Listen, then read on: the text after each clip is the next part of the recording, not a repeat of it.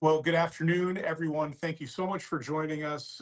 It truly is a historic situation that we're dealing with in the state of Tennessee. For those who don't know me, my name is Mark Nagy. I'm the Regional Communications Officer for the Tennessee Department of Transportation in Region 1. Region 1 incorporates East Tennessee and Upper East Tennessee. It's a 24-county region, and certainly the counties in Upper East have taken so much of the brunt of this recent storm. But this is something that has affected so many towns, cities, all across East Tennessee and other parts of the state as well. At this time, we're joined by the Deputy Commissioner and Chief Engineer of the Tennessee Department of Transportation, Will Reed. And Will, if you can just kind of give us an overview on where things stand about 48 hours since the storm hit East Tennessee. Yeah, absolutely. So first thing I want to acknowledge the fact that there are ongoing recovery efforts as we speak right now. Our thoughts and prayers are with all the folks impacted by this and all the communities impacted. So I want to make sure that everyone understands that a good bit of the work we're doing right now is assisting local emergency management and first responders in debris removal and recovery efforts. So again, our hearts and prayers go out to all those folks that have been impacted, but by what truly is, as Mark said, a historic event. So let me give you an idea of kind of the scope of the assets on the ground as far as TDOT is concerned right now. We have over 250 Region 1 employees alone in the field. We also have over 60 folks from our other three regions statewide, maintenance workers, as well as bridge inspectors on the ground here in Region 1, in addition to assets from all of our technical areas, including design, structures, environmental, geotechnical, materials and tests that are here helping assist the region in getting contracts ready for when we're going to be able to go out and repair some of these facilities. I want to make sure everyone understands we are still in the assessment phase here. Although we are getting some contracts ready for repair, we are still in the debris removal and assessment phase. We have inspected over 100 bridges in the last 36 hours over 7 counties. We still have hundreds to go. We are also working to assess the magnitude of this rainfall event. What I can tell you at this point, based on looking at the gauge data and the work our hydraulic engineers have done, this event is in excess of a 500-year event, which what that means is, for a matter of context, we design our interstate bridges over hydraulic crossings for 100-year events. So these are truly historic numbers that we are seeing. The repair contracts that we are working on right now, we are taking a prioritized approach, with the thought being our main focus is reconnecting the communities that have been severed by the fact that our system and local roads are impacted. So that is the level of priority we are going to put on those repair contracts getting put on the street. It is a dynamic situation. As these water levels begin to fall, we are finding additional issues that we are going to have to address, but we are working around the clock with bridge inspection crews as well as recovery teams to assess the level of damage that's out there. We are also working closely, as I mentioned, with those local emergency management associations, as well as TEMA on the state level.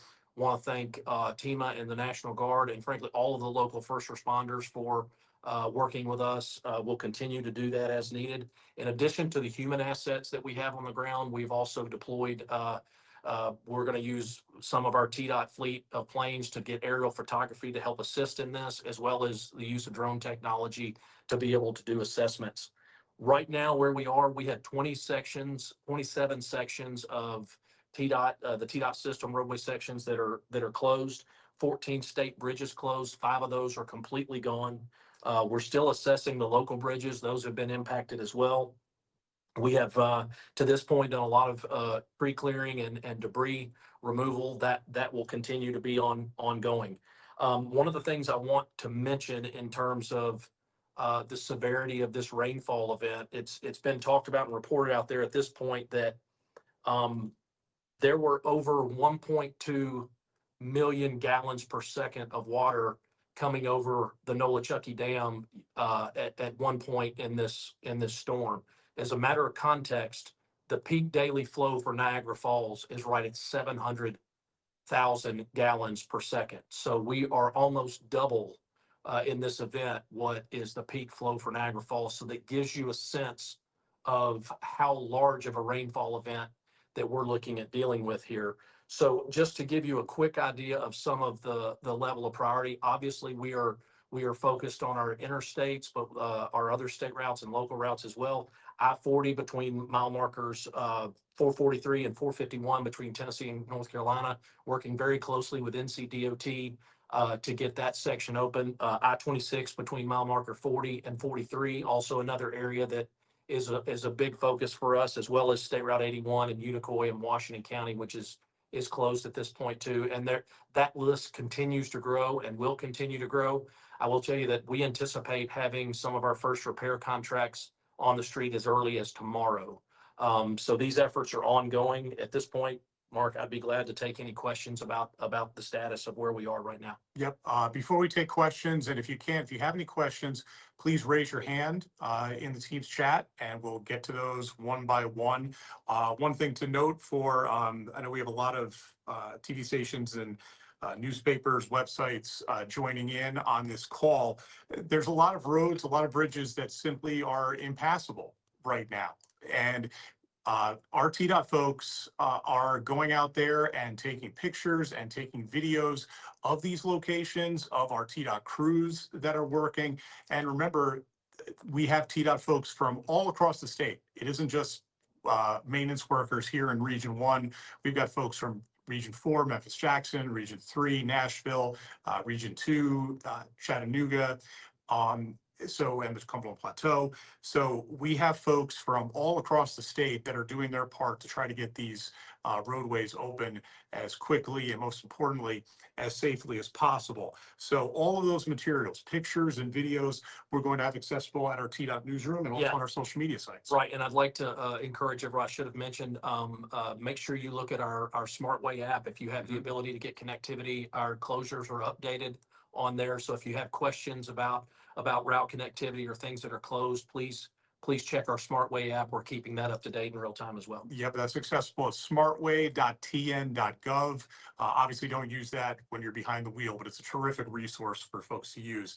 And our TDOT social media channels on Twitter, that's at myTDOT. We're also on Instagram, on Facebook as well. So make sure you check out those channels. My Twitter feed specifically, which is MARK and then NAGI TDOT. So that's at Mark Nagy TDOT. We're putting tons of videos and video and pictures on there. Also, we've got interviews with our TDOT folks. Those are going to be accessible over the next day or so. So you can use those for your purposes as well. Anything that we share on any of our social media sites is available for use by any media outlet. We just ask for a TDOT courtesy if that's something that you can do. So it's going to be a long process, and we will be here throughout to do everything that we can to get this thing documented and most importantly, to get these roadways and bridges open as quickly as possible. So with that said, if we have any questions, again, please raise your hand in the chat and we will get to you one by one. So just hang on for a second. Yep, I am looking through and I do not see any hands raised. Oh, here, I've got one right here. Arena, go ahead if you want to unmute yourself. I have you here that you should be able to speak. Thank you. Am I audible? Sorry. Not a problem. And if you could identify what station you're with as well, please, if you don't mind. For sure. I'm with Knox News. Thank you for providing this information. Could you speak a little bit more into how you're prioritizing kind of those rural roads versus some of the bigger highways that were hit? What's the criteria for how things will be fixed? Yeah, as I said, it's at this point, it's really about priority. The priority is really driven by the connectivity. We're looking at not just the state system, even though that's obviously our primary responsibility. We are working with those locals to make sure that, you know, if a repair that is required on the interstate is much more involved than one to a local road, we want to be able to get those local roads open so that emergency vehicles, things to support those communities have access to those facilities. So we're taking a holistic approach here to make sure that those communities are not cut off. So it really is a case by case basis. Jay, I see your hand is raised. If you want to go ahead and unmute, I have you ready to go. Jay Quaintance at WJHL. So with I-26 closure, do you have a time frame for reopening it or repairing it? And then, or is there also in the meantime, is there a way to get access maybe around where the closure is until complete repairs can be made? So we do not have a time frame at this point. That is actually what myself and many of our staff are upstairs working on right now, trying to evaluate that the contract limits as far as what we feel like we can get done in a very short period of time. We will have more information about that as it becomes available. But I want to again stress that we are still in. Our main priority right now is on safety and welfare of the public, which means we are putting a lot of resources to inspecting bridges. That we have had a tremendous amount of bridges, both on our system as well as the locals that have been impacted here. And that is the biggest risk area that we are putting a lot of resources to, in addition to clearing debris to help local communities and emergency management associations with recovery efforts. We will have more information as it becomes available on time frame, but I would say these are some significant impacts to these facilities. Our infrastructure has really taken a hit in the East Tennessee area as a result of these floods. Holly, go ahead. I have you ready to go. Hi, so my question, I guess, obviously, repairing things out east, oh, I'm News Channel 5 National, sorry. Repairing things out east is going to be the most important priority. Do you guys see anything shifting long-term within the state of statewide projects in other areas as resources need to be focused on that emergency situation? I think it's probably too early to say at this point. What I will say is we pride ourselves at TDOT on having a plan when it comes to managing situations like this. A good example of that is starting even before it was Thursday afternoon or Friday, we mobilized our strike force teams, which are groups of maintenance and construction personnel that we have prepared to respond to incidents like this. So we already budget for that type of thing.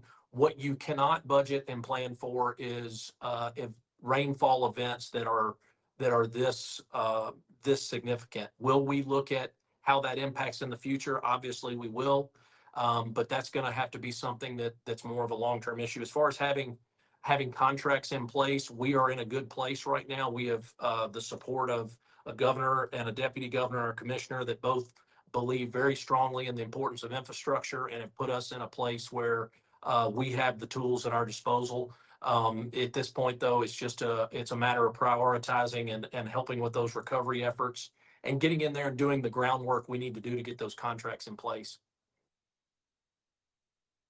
Kenneth, go ahead.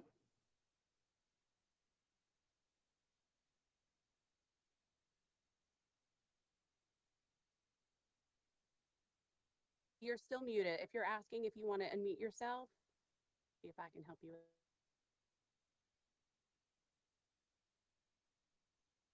Okay, well, while you're getting situated, I did see another hand. Let me toggle back through here. I'm sorry, can you hear me now?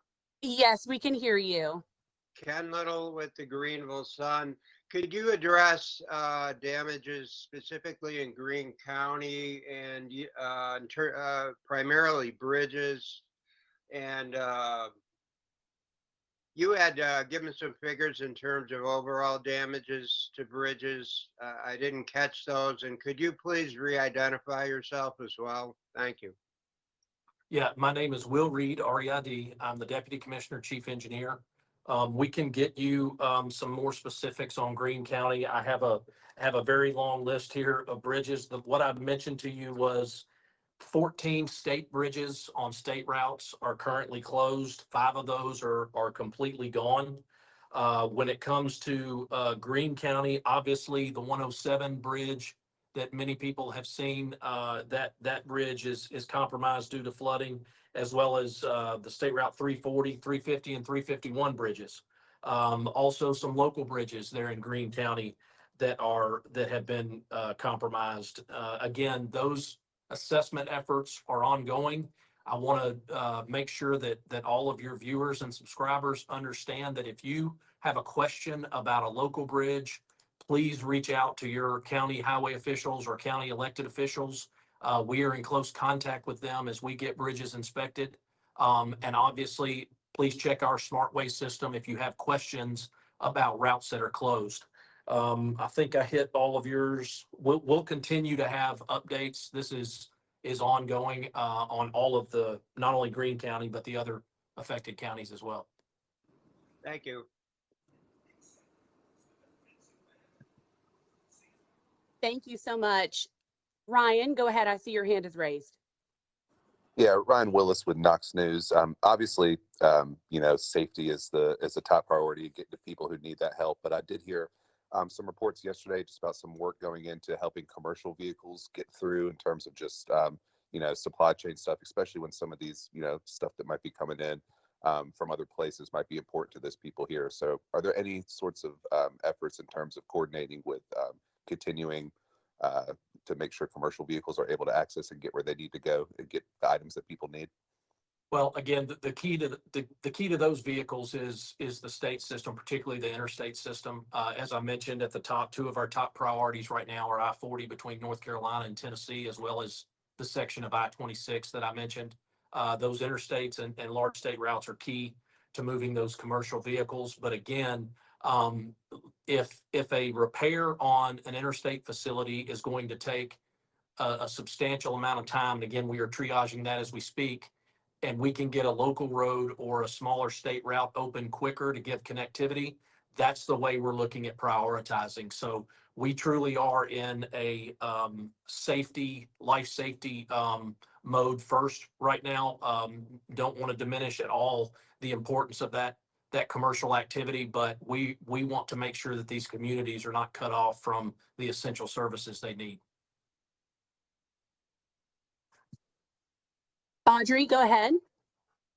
Hi, Audrey Mayer from News 2 in Nashville. So you mentioned 5 bridges are completely gone, 14 state bridges closed. Do you, this might be too soon to say, but do you have any estimated time of when those might be reopened again? Well, no, the answer no. We're working on that now. I will tell you that we are fortunate to have additional contracting vehicles provided to us through the TMA that was passed back just in 23 last year, that we're going to deliver some of those in an alternative means. What that means is we won't take as much time to do a full set of design plans. We will engage the private sector very quickly with a limited amount of information to be able to get that work started as soon as we can. One of the things we have done is I have been on the phone with my counterparts in other states, including Florida and North Carolina and South Carolina, some states that unfortunately are well accustomed to dealing with things like this, on how they the best practices they use to deliver this work. So we are borrowing from our friends, and to their credit, they have been very, very helpful in getting us information we need that we can use to address our system quickly. So the point being, we are using everything at our disposal, and even some from our neighbors, to be able to move as quickly as we can. We will have more estimates soon on how quickly those can open. But the 5 bridges that are gone, again, those bridges are truly good. They're not there, so it's rebuilding from scratch. So that will take some time. Senator Massey, I see your hand is raised. Yes. Hey, Will and everybody, I just wanted to thank you and all the TDOT staff for all the extra work you're doing, how hard you're working to get our infrastructure back up and running. As chair of the Transportation Committee, and then also as a member of the legislature, we appreciate you, and we're going to support all your efforts. But I just wanted to say thank you. Thank you, Chair Lady Massey. We appreciate that very much. You are a big supporter of us, and always there for us. We appreciate it very much. Thank you. Senator Campbell just expressed the same thank you in the chat as well. Thank you. Ditto. I'm just looking through to see if there are any other media questions. Let me see. First name doesn't come up, but Reeves comes up. Do you have your hand Sherry. raised? Hi there, go right ahead. Yes, my name's Sherry Reeves. I'm with Main Street Media in Middle Tennessee. This may seem like a very non-important question with the recovery efforts that you're having still taking place, but fall breaks are coming up. There'll be a lot of tourism and that kind of thing heading towards the Gatlinburg area. Besides the eastern side of that area, what major roadways could be affecting the tourism that would be heading that way so people will know? Yeah, what I would again point you to is our SmartWay system. Anything that I mentioned early on, we've completed 100 inspections in the last 36 hours. We've got hundreds more to go as far as bridge inspections. There have been some significant amount of or significant rainfall totals seen in that area as well. So we're going to continue to do inspections. But the best thing you can do is check that SmartWay app. Follow folks like Mark on social media. The minute we get information, we will be posting it. But I will say that you definitely need to take the time to do that. This is a significant event that has really had frankly a devastating effect on some of our infrastructure. But at the same time, this is we also have some of the best engineers in the country at TDOT, as well as some of the best maintenance workers. So I can assure you, it's all hands on deck. We will get everything open as soon as we possibly can. I think, oh, Robin, go ahead. I just saw your hand pop up.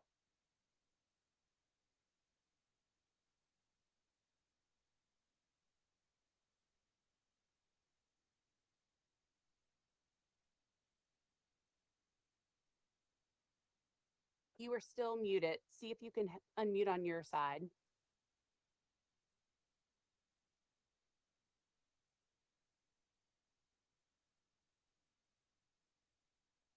Okay, well, while we're waiting, why don't we go to Senator Campbell?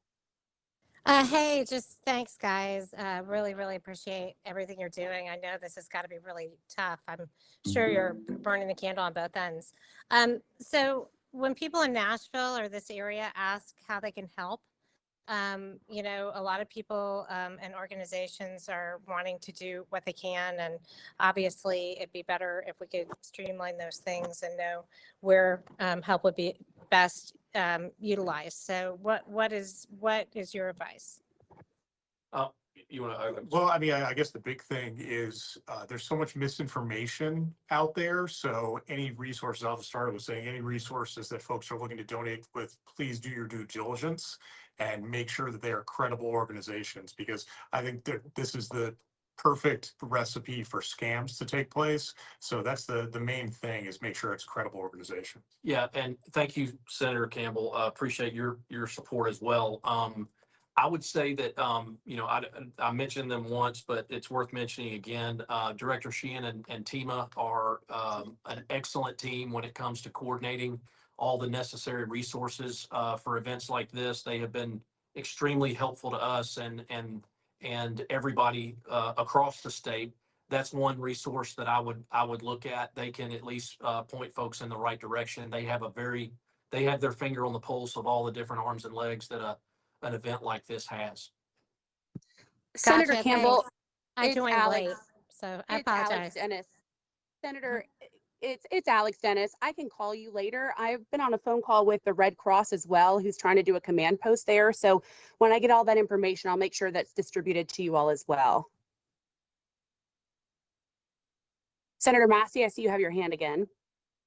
Yes, also they had said that the East Tennessee Foundation, which deploys resources, I mean, cash resources to all those counties, was really the first organization. If somebody wants to send cash, I know they're kind of distributing it and working with it.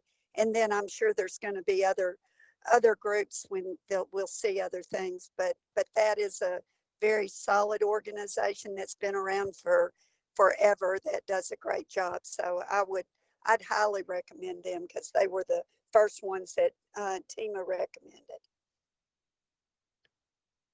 Thank you so much. Robin, I see that you were able to get yourself unmuted. Go ahead and ask your question. Yes, thank you. I'm calling with WOKI, and I just had a question. You said, I believe, 5 bridges are completely destroyed. What is a general estimate on the time to replace a bridge? And also, what advice do you have, or what do you have to tell people regarding? I know a lot of people are curious, and I know you probably have people there who maybe don't need to be. Do you have any kind of advice or recommendations for people who don't need to be in these areas? Yeah, I'll answer the second part first. I highly recommend you stay in tune with your local emergency management association. They will have the best information on the ground about what areas are safe and what are not. Please tune into that. Please, to the extent that you can, check in on your friends and neighbors if they don't have connectivity via cell phone or otherwise. But I would stay in tune with those local officials. We are doing that very thing as well to make sure that we have our finger on the pulse of what's going on a local level. I'm at this point, I'm not gonna make any estimates on closure time for the bridges that have to be replaced because there is still information to be gathered. But this is not going to be, for the bridges that have to be completely replaced, this is not something that can be done in a matter of days or even weeks. So we are looking at some long-term recovery. What we will do is look at areas where we can, if we can put temporary measures in place. But again, it is too early to tell. In fact, we are still waiting on the water to go down in some areas to see the extent of the damage. But what all residents of East Tennessee, as well as the state as a whole, can be confident in is we are going to move absolutely as fast as humanly possible to get those things restored. So you can you can rest assured that's the case. And frankly, our commissioner and governor has given us every resource we've asked for to be able to make that happen. So we're appreciative of that. Thank you. Audrey, I see you have another question. I think if we take 1 or 2 more, we'll probably be good because I know you guys have to get back to doing what you're doing. But Audrey, go ahead. Sounds good. Thanks. Audrey from Nashville again. You mentioned scams. Where are you seeing the most of those? Do you have any advice on what to look out for and any common pitfalls people should avoid? Yeah, if anybody who goes on Facebook these days and any of the social media channels, you'll see people doing screen grabs of different things that are obviously untoward. The advice that I have is kind of what I said before, is make sure that the organizations that you are donating to are credible. American Red Cross, places like that have literally years and years of positive reputations, because it's just so easy for folks, unfortunately, to be fooled. So just do your due diligence and make sure that you're putting your money and your resources to the right folks. All right, all. Thank you so much for joining us. I know, Will and Mark, you have to get back to your cleanup efforts. Again, this is Alex Dennis. I'm in charge of public affairs here. We'll be continuing to send out press releases daily for an update for you, but just a reminder for media, all of that footage and B-roll that is there is for your use with just a credit for TDOT. And if you need anything additional, feel free to email myself or Mark and we'll get it to you. Thanks all for joining us. Thank you for your time. Thank you.